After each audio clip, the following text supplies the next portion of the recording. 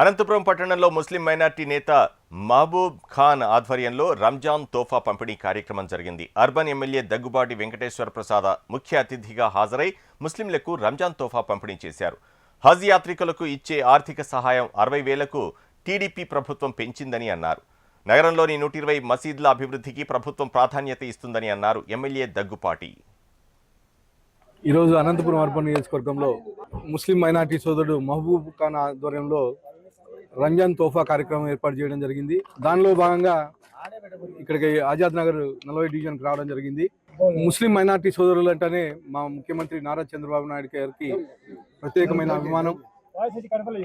ఈ రంజాన్ పవిత్ర మాసంలో ఇలాంటి కార్యక్రమం సోదరుడు మహబూబ్ ఖాన్ ఆధ్వర్యంలో జరగడం చాలా గర్వించదగ్గ విషయం. ఎందుకంటే గత 2014-19 సంవత్సరంలో ఆర్థిక పరిస్థితి బాగాలేకపోయినా, అంటే స్టేట్ డివైడ్ అయిన తర్వాత కానీ ఆర్థిక పరిస్థితి బాగాలేకపోయినా ఆ సందర్భంలో ముస్లిం మైనార్టీలకి రంజాన్ తోఫా కింద ఎవరి ఇయర్ రంజాన్ మాసంలో రంజాన్ తోఫా అందించేవారు తెలుగుదేశం పార్టీ తరఫున మా ముఖ్యమంత్రి నారా చంద్రబాబు నాయుడు.